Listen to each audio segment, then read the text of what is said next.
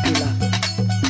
काम करे में तनिको मन लागे, रोना धोना बंद कर।